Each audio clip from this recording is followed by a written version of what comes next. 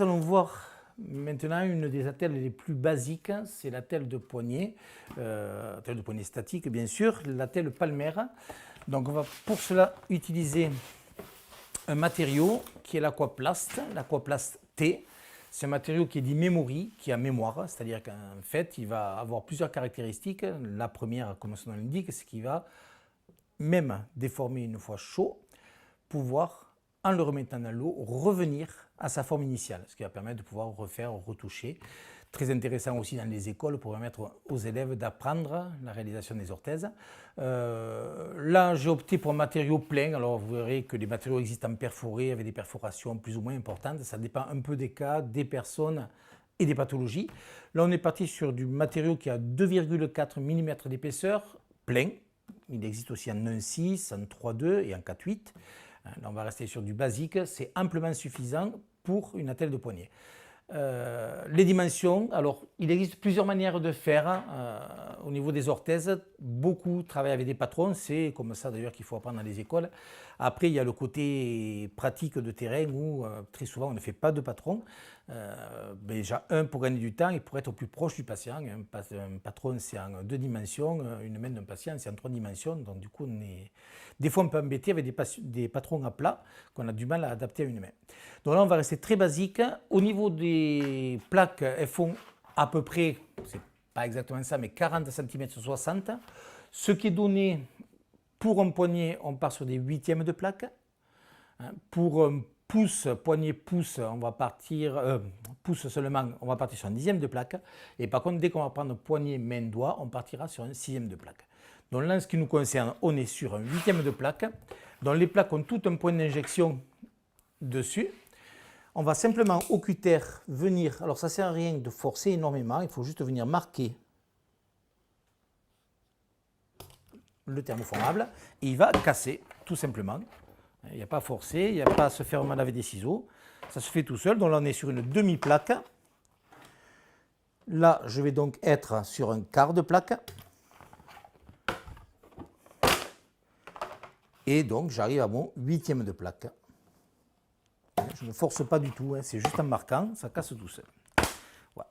Là, à partir de ce moment-là, j'ai la grandeur de ma plaque pour une personne standard. D'accord ? Donc, normalement, cette attelle de poignet, elle doit couvrir de la jonction tiers moyen, tiers supérieur de l'avant-bras, jusqu'au pli palmaire distal. Ça, c'est la théorie, c'est l'attelle de poignet palmaire de base. Les limites de cette orthèse vont être fonction du patient et de la pathologie pour laquelle elle va être utilisée. Si on recherche une attelle fonctionnelle, il va falloir qu'on puisse permettre un enroulement complet des doigts, ainsi qu'une opposition complète du pouce. Si on veut une attelle plutôt de repos, on aura tendance à venir chercher plus loin, en cherchant plus la stabilité. Au niveau du couvrant, ce qui est donné normalement pour une attelle, c'est les 2/3 de la circonférence.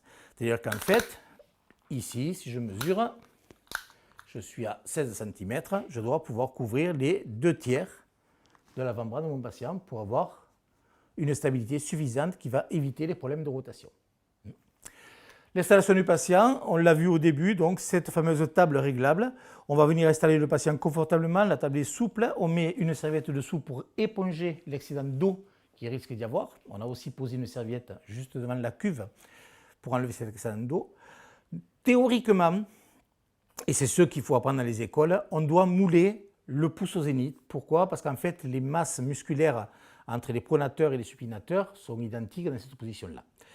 C'est vrai, mais en pratique, on se rend compte qu'il est beaucoup plus facile, suivant les matériaux qu'on utilise, de mouler avec la pesanteur. C'est-à-dire que là, je vais, quand c'est possible bien sûr, je vais volontairement mettre mon patient en supination et je vais arriver avec mon matériau par en dessus pour pouvoir le travailler beaucoup plus facilement. J'en reviens à l'aquaplast. Ce matériau, je vous dis qu'il avait de la mémoire, mais il a aussi 2 caractéristiques importantes.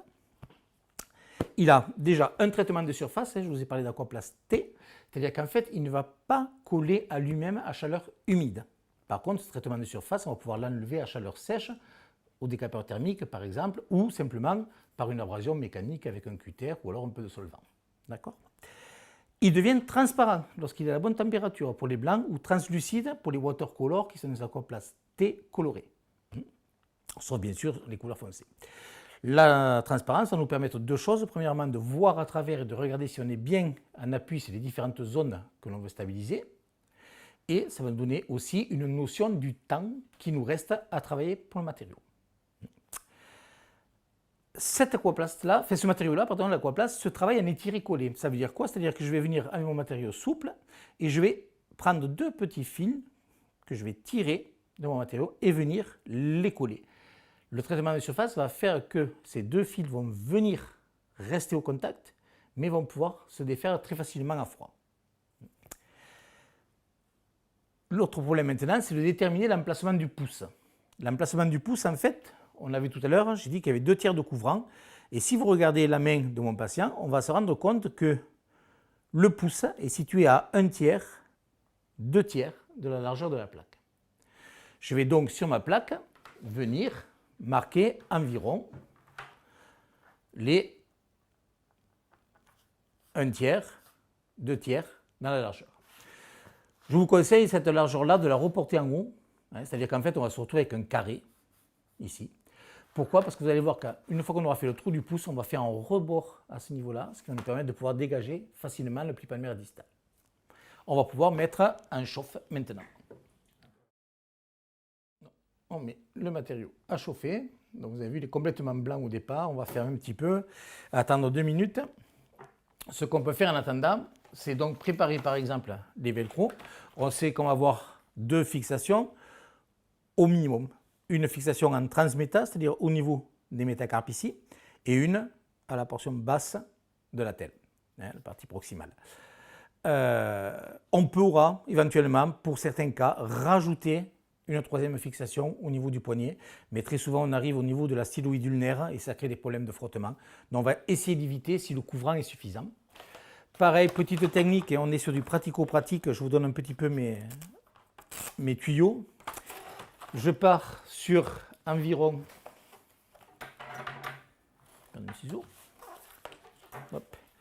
une dizaine de centimètres de velcro crochet adhésif. Je vais le replier en deux et venir couper en faisant un rond à ce niveau-là. Pourquoi arrondir? Parce qu'en fait, ça va éviter les phénomènes d'arrachement. Si vous posez quelque chose de pointu comme ça sur du plastique, au bout d'un moment, ça va s'arracher. Alors que si vous avez quelque chose de rond, les phénomènes d'arrachement seront beaucoup moins importants. Donc j'en ai besoin de 4, je vais donc reproduire ce que je viens de faire. Je reprends 10 cm, je replie et je viens arrondir la partie. Voilà, mes velcro sont prêts pour tout à l'heure. Entre-temps, ma plaque a dû... Ma plaque a dû être chaude. Alors vous allez voir qu'en la sortant, avec la spatule, vous voyez, elle est complètement transparente. D'accord? Donc là, ça veut dire qu'elle a la bonne température de chauffe. Alors là, c'est très bien, on a des bacs qui ont une possibilité avec un thermostat important. Souvent, dans les services, on est un peu obligé de travailler, soit avec le saladier qu'on va faire chauffer au micro-ondes parce qu'on ne peut pas déplacer une cuve ou autre. Donc on n'est pas très sûr de la température. L'aquaplast, lui, c'est un matériau passe-partout. C'est-à-dire qu'en fait, peu importe la température que vous aurez, du moment qu'elle est assez chaude, dès qu'il est transparent, il va être bon à travailler. Il ne colle pas lui-même, comme je vous ai dit, d'accord, à chaleur humide. Par contre, les bords, celui-là, c'est le bord externe, donc il ne colle pas. Et si je prends le bord qui, lui, était le bord interne, il va coller, puisque là, c'est la partie que j'ai taillée au cutter, et donc on n'a plus de traitement de surface. Je vous ai parlé de mémoire. Alors, je vais me tromper volontairement, je me suis complètement trompé. Je vais donc remettre le thermoformable dans l'eau, et vous allez voir que dans les 20-30 secondes qui vont suivre, il va reprendre sa forme initiale. Donc on va préparer ce fameux trou du pouce.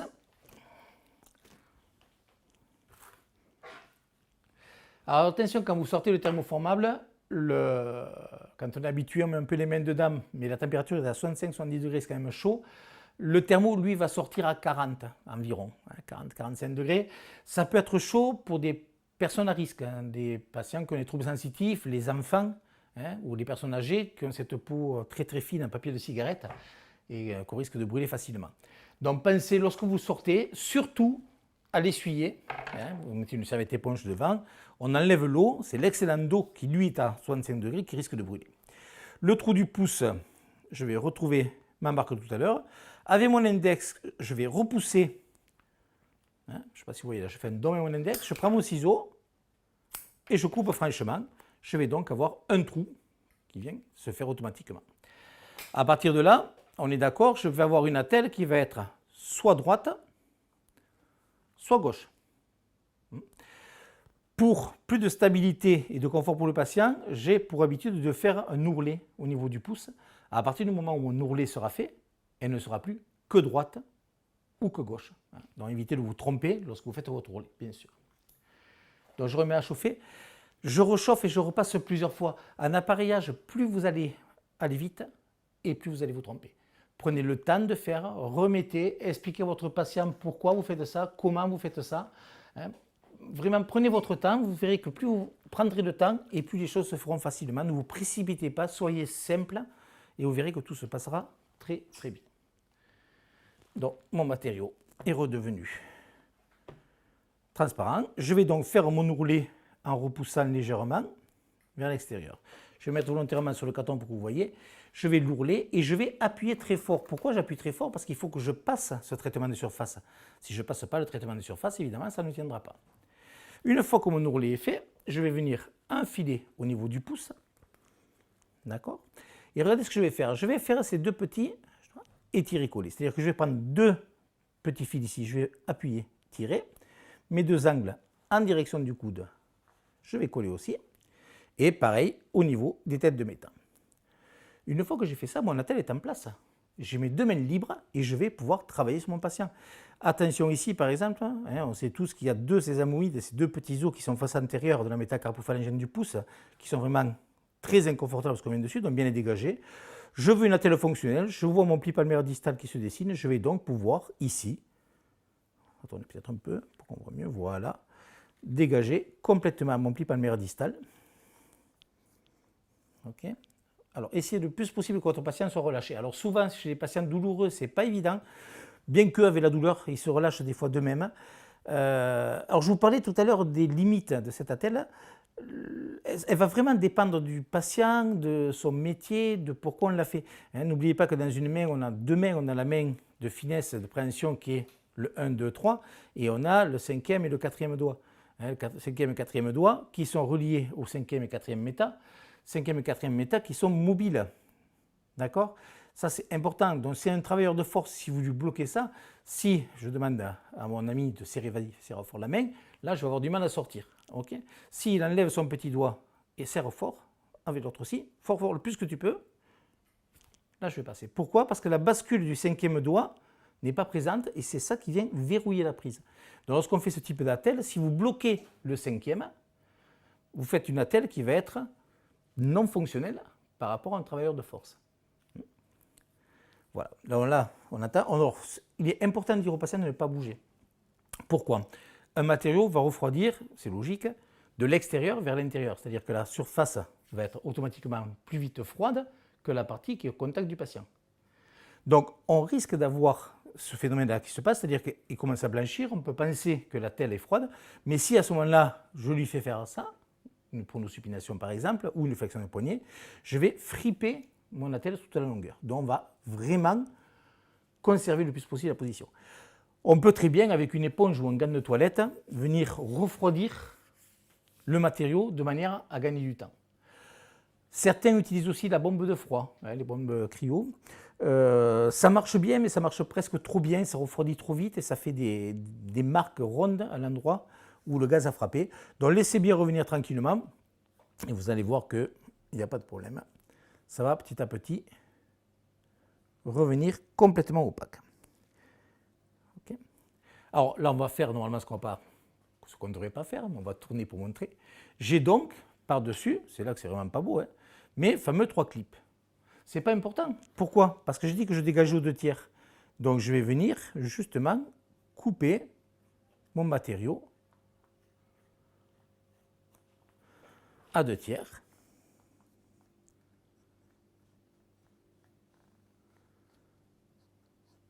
Voilà. Alors, je tapote parce qu'en fait, c'est un système, en plus de l'opacité, quand ça commence à sonner creux, c'est que le matériau vraiment est froid. D'accord. Donc, normalement, une fois froid, quand on va tirer dessus, ça doit, voilà, claquer. Hop. et on va pouvoir venir enlever la telle. Alors essayez de ne pas trop la bouger, profitez qu'elle soit encore un petit peu tiède pour, avec les ciseaux droits, venir couper le matériau. S'il est encore un petit peu tiède, premièrement, il sera plus facile à couper et vous allez avoir des bords qui vont être beaucoup moins tranchants. Sa forme finale. Ça, c'est la standard. On est à 2/3 de la circonférence.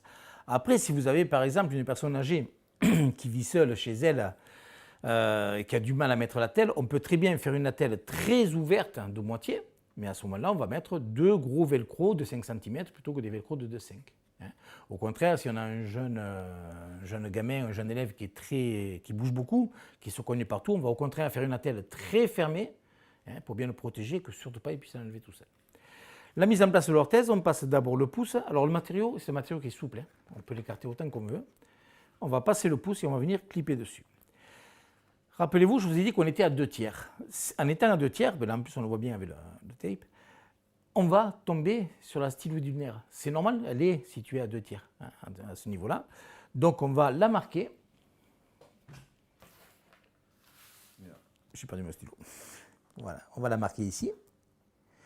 Et je vais la repousser. Si vous tombez chez quelqu'un qui a la styloïde très marquée, notamment chez les femmes, où la styloïde est vraiment proéminente, on peut très bien venir soit mousser, soit mettre des pastilles en silicone au niveau de la styloïde et mouler la telle par-dessus. C'est-à-dire qu'on va avoir dans la telle une dépression dans laquelle viendra se loger la styloïde et on pourra rajouter la mousse ou le silicone après par la suite. Voilà, donc là on a une attelle qui est fonctionnelle. On doit avoir une préhension au moins jusqu'au 4 faisable, le 5 aussi d'ailleurs. Si jamais on manque l'antéposition du pouce, je vais ouvrir davantage ma loge ténard pour venir chercher. D'accord ?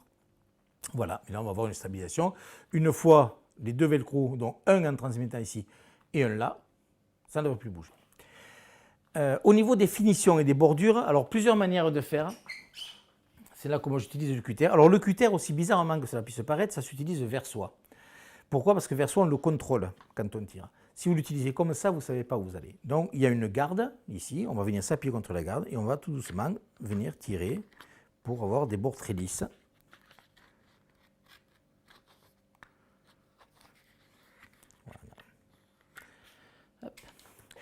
Alors les finitions, plusieurs manières. Il y en a qui font à la ponceuse, on peut rajouter des bordures, on le verra sur les matériaux perforés. Le plus simple, vous avez un merveilleux outil, c'est votre main. Vous allez avancer votre loge ténard et vous allez avoir ici une gouttière qui va se créer. Et avec cette gouttière, on va simplement retremper légèrement dans l'eau et vous allez venir lisser dans le sens de la longueur le matériau. Pourquoi ? Parce qu'en fait, dans le sens de la longueur, on va éviter ce phénomène de vague externe que l'on fait lorsqu'on fait ça avec les doigts.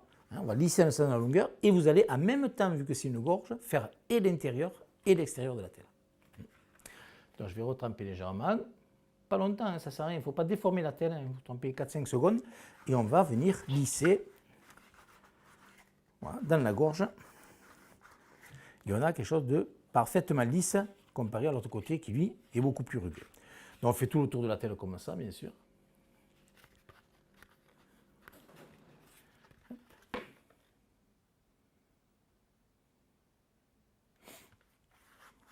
Pareil pour l'autre bord. Alors là encore, petit système pour la partie basse, c'est-à-dire la partie proximale. Je retrempe légèrement le bas de mon attelle. J'attends pas qu'il redevienne transparent, hein, sinon je le déforme. Et je vais légèrement l'évaser vers l'extérieur. C'est tout simplement pour le confort du patient, pour l'éviter lorsqu'il va poser son bras sur la table, que ça vienne le blesser à ce niveau-là. D'accord ? Voilà. Une fois que j'ai fait ça, il va me rester à positionner les velcro, à vérifier mes appuis. Je vous ai parlé de la styloïde ulnaire, on va la remettre en place pour vérifier que tout va bien. Là, je suis dessus. Voilà. Hop. Si je vais donc retremper cette partie-là et venir légèrement, avec mon pouce à plat comme ça, vous avez à peu près la forme de la styloïde. Ça vous permet de la dégager sans avoir à forcer. Alors ça ne sert à rien de vraiment trop la bomber, hein. Il suffit juste qu'il y ait une petite démarcation. On revient.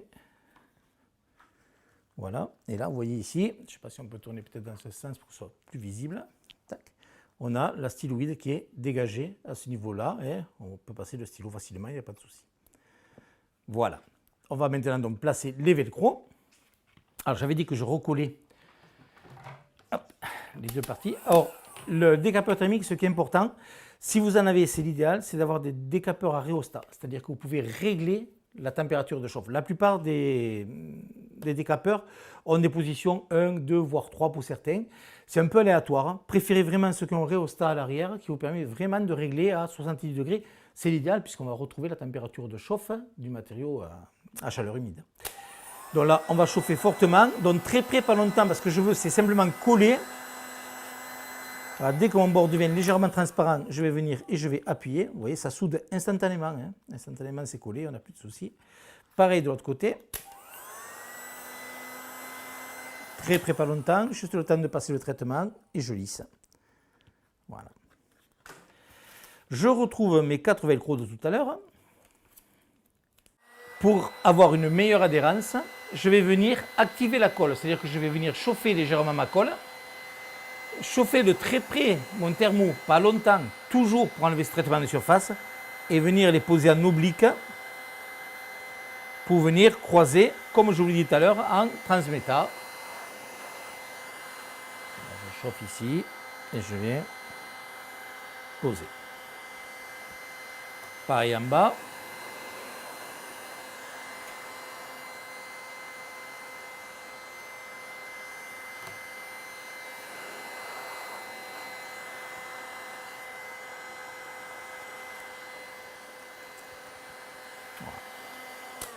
Alors, si vous vous rappelez, au début, on avait parlé des ciseaux courbes. C'est là qui va être très intéressant parce qu'ils vont me permettre de venir couper à ras du thermo. Pourquoi? Mais tout simplement pour éviter, une fois de plus, ces phénomènes d'arrachement. C'est-à-dire que là, les velcro ne vont pas se décoller ou vraiment au bout d'un moment. Donc là, on va remettre sur le patient. Hop. Et on va venir... Alors par contre, il est très très important de recouvrir bien comme il faut les velcro crochets, parce que sinon, si vous avez un pull ouvert ou autre, les bourres du pull se mettent à les crochets, et du coup, les velcro ont une durée de vie très courte. Je laisse volontairement dépasser d'environ 1 cm. Il ne faut pas oublier que c'est des gens souvent qui ont des problèmes, soit rhumatismaux, traumatiques ou autres, qui ont du mal à attraper. Donc laissez bien dépasser pour qu'ils puissent venir attraper facilement le velcro. La même chose pour celui du bas. Alors ça ne sert à rien, les velcro ne sont pas faits pour serrer et comprimer le bras, surtout pas. Hein. Surtout si vous êtes réactionnel par rapport à un traumatisme quelconque, si vous avez un peu l'œdème, si vous le comprimez, l'œdème va se faire un plaisir de gonfler autour des velcro. Donc on vient simplement poser pour maintenir. On va vérifier que le patient puisse tourner la main sans aucune gêne, venir attraper un objet quelconque. Voilà, et là donc vous avez une attelle de poignet palmaire de stabilisation, de fonction. Après, ça va dépendre de pourquoi vous l'avez fait.